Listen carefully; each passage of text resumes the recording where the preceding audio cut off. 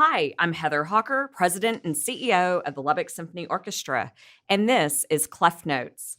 I'm excited to introduce you to our musicians, guest artists, community leaders, and patrons who for 80 years have developed a love of music through your Lubbock Symphony Orchestra. Joining me on today's show is Lubbock Symphony's own, the Edward and Joanne Smith Principal Pianist, Dr. Richard Fountain. Richard, thank you for continuing this conversation with me here on Cliff Notes. Now, let's dive into Masterworks 1 on Thursday, September 3rd. We're trying something a little different here at the Lubbock Symphony this fall with Thursday night concerts. We have listened to our audience. They want their Friday night high school football experience, and they want their Saturday Big 12 or SEC football experience. So we're gonna shift to a Thursday night in September and in October this year.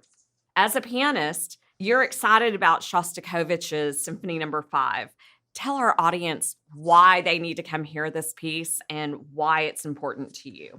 Yeah, this is just one of the greatest works out of the 20th century for a lot of reasons. It's first and foremost, it's just fantastic music. It's one of the most well-crafted pieces that's out there. But the story of it is amazing. Shostakovich was working in Soviet Russia. He had a lot of pressure put on him from government officials. You had to write a certain kind of music a certain way, to espouse the right kind of things. And he had his own artistic ideas of what he really wanted to say, but was, okay, how do I do this and still sort of meet the requirements I need to meet, not get into too much trouble? And he knew that, okay, by the time I'm writing a fifth symphony, this is sort of a mystical number because of Beethoven, right? Beethoven's Fifth Symphony is the ultimate, fifth symphony out there. And so any composer that wrote a fifth had to figure out, okay, I have to grapple with this in my mind. How can I write something that's sort of worthy of this number? And so what he decided to do, Shostakovich, is write something that sounds like this incredibly epic, triumphant journey, from start to finish, much like Beethoven's Fifth Symphony did. And there's lots of drama, there's lots of darkness to light, that kind of a thing.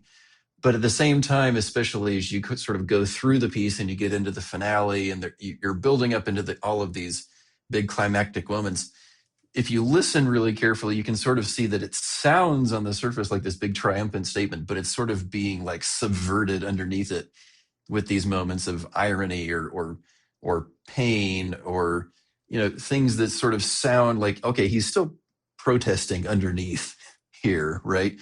If you can sort of hear whether it's a tone color or just a little subtle harmonic thing.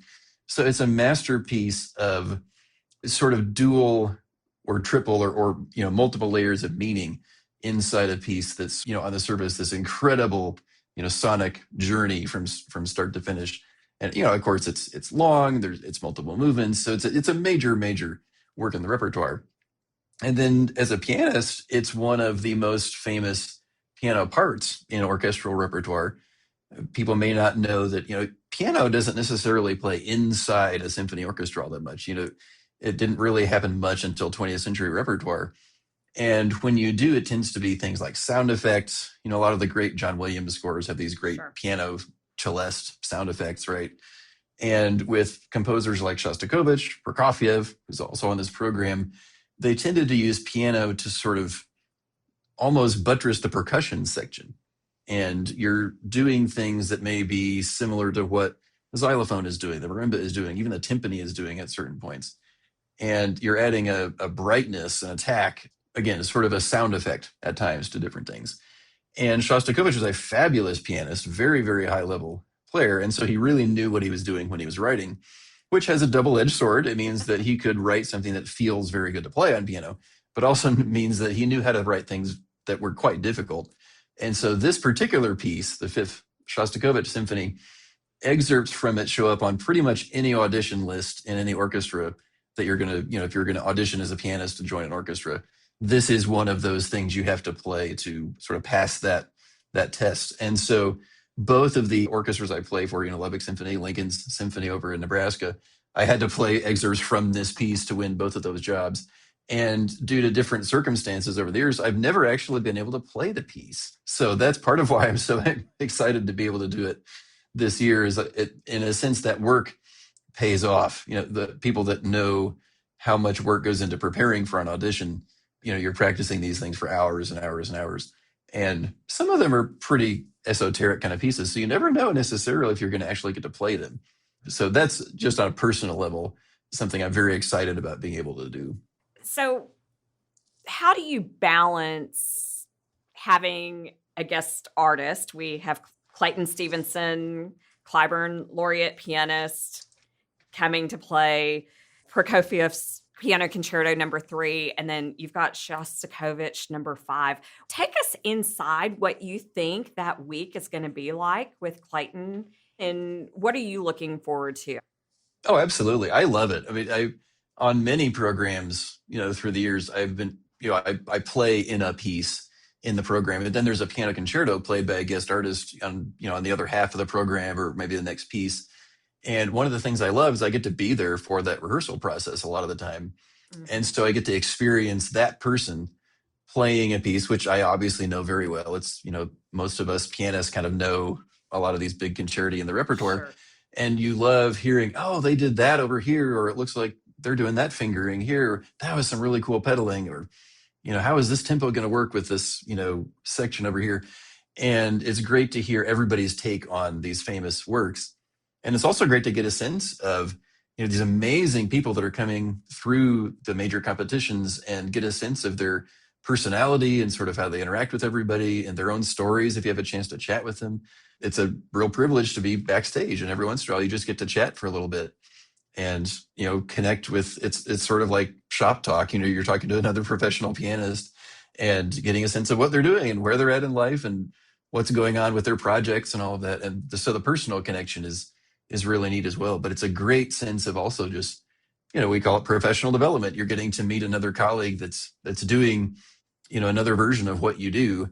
And it's always a chance to learn, because I always learn something more about technique, about musicianship, about, something new about that particular piece that they're playing. So I know I'm going to learn more about the third Prokofiev concerto, even though I've heard it, untold numbers of times. Sure. But every time, especially when you're there in the same space, you learn a lot from that actual live experience, so much more than just studying recordings. Sure. Well, and I think that's something the Lubbock Symphony's really likes to do each season, is to have a guest pianist. It's going to be a great week with Clayton. So with both Shostakovich Symphony number 5 and Prokofiev's Piano Concerto number 3, why should all our Lubbock community, friends, and family attend this concert? Why should everyone come for these 2 pieces, Richard? Oh, yeah. There's so much I could say to that. I mean, one of the chief things is I don't know that we're really appreciative, especially as acoustic music fans. And this is, I mean, obviously we're talking about classical music, but, anything acoustic in this incredible hall. Buddy Holly is a really, really remarkable achievement, just acoustically really special. It's really amazing. When I talk to colleagues around the country about, you built that in Lubbock, Texas? Yes. We did. It's an amazing venue. And just to experience it is one level of this. But also, when you think of hearing a symphony orchestra live inside such a space like that, it really is, a life-changing kind of experience. Because again, we're living most of our lives, when you hear music, it's on recording, right? It's on headphones, it's on maybe your computer speakers in the car. And we don't necessarily stop and sort of realize the power of this really remarkable ensemble. It's one of the most remarkable combinations of instruments and all of, these different sounds and tone colors and all of this that humankind has been able to put together. And experiencing it where you're in the same space, it really does transform how you think of music.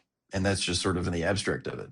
And then finally, we get to these 2 pieces. They're incredibly exciting. They're very rhythmic. They're very dynamic kinds of music. There's something that, anybody who, has listened to these great, well, you think of the epic movie scores from the 40s, 50s, and 60s, they're sort of in this same sound world in a lot of ways, but even more so, right? There's all of these colors going on. There's these great stories being told. And then, of course, with the piano concerto, you get the visual acrobatics of watching somebody do this incredible feat. It's like watching somebody at the highest level of gymnastics doing something athletically that, very, very few people in the world can do. And it's there, it's right in front of you, and it's here in Lubbock, Texas. And it's a remarkable opportunity for these, for the price that it is. It's really, really incredible stuff. So, how are these pieces different, or in some cases the same, as they are both by Russian composers? Yeah, that's a great question. I mean, they're two different composers who live, I would say, parallel but separate lives Sure. in a lot of ways. Right. It's kind of interesting if you go Google them, go read about them, see how their lives sort of developed. They wrote a lot of music for kind of the same purposes. They both wrote symphonies. They both wrote great, ballet music. They wrote some film music. They wrote all kinds of different things, chamber music, right? Sure.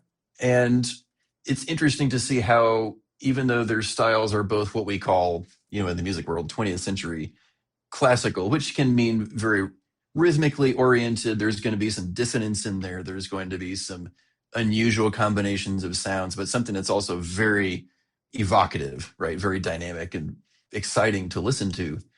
And I think that you will hear, Shostakovich, like I mentioned earlier, is trying to say something very epic and very like eternally meaningful, like metaphysical, right?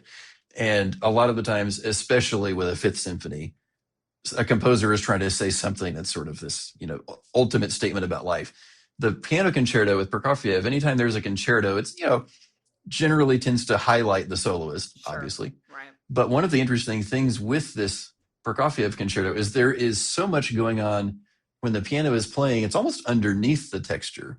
So it's not necessarily like the piano is leading the way and the orchestra is kind of following behind and adding some harmonies underneath. It's really like the piano is interwoven with all of what the orchestra is doing. And then it comes to the forefront and it kind of goes back down and it comes back to the forefront. And it's sort of building rhythmic layers one on top of the other. And then, these great, the climactic moments that comes together and it just creates this incredible, momentum as well. So you're going to experience a lot of those kinds of similar musical concepts, I would say, but in a very different way because of the kind of piece that it is, but also just the different personalities of these guys. Sure. Okay, now a couple of rapid fire questions. Where do you see yourself in 10 years? Oh, goodness. Well, I'll be in my mid-50s, which is kind of scary. Well, I'm But almost there right now, so it's more fun. It just gets more fun. yeah, that's what I'm hoping. What I'm starting to see develop in life and in career is I hope that I'm able to continue helping people in whatever way that is. I think that's the main goal of an administrator. It's somebody who wants to just help things work right.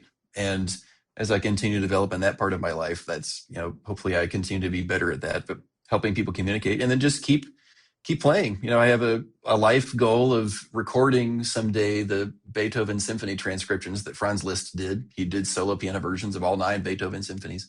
And someday I'd love to do some recordings and create a box set, if you will, even though nobody has CDs anymore. It's all digital. But it is, but that would be awesome. I don't know if that'll be a 10-year goal, but it's definitely a life goal. Okay. That's definitely a goal right there. Richard, thank you for joining us today, and thank you for all you do for the Lubbock Symphony. For season tickets or individual tickets to any of the Lubbock Symphony concerts, please call the Lubbock Symphony Orchestra box office at 806-762-1688. Mark your calendar for Masterworks 1 on Thursday, September 3rd, Prokofiev number 3 and Shostakovich number 5 with our concert before the concert featuring John Sprott and his blues band. You don't want to miss it. A special thanks to our producer, Rachel Boyd. You can find the Lubbock Symphony Orchestra on social media, and to purchase tickets, visit our website at lubbocksymphony.org. And be sure to download the Classical 105.7 app so you never miss an episode of Cliff Notes. Make it a great day. Thanks so much.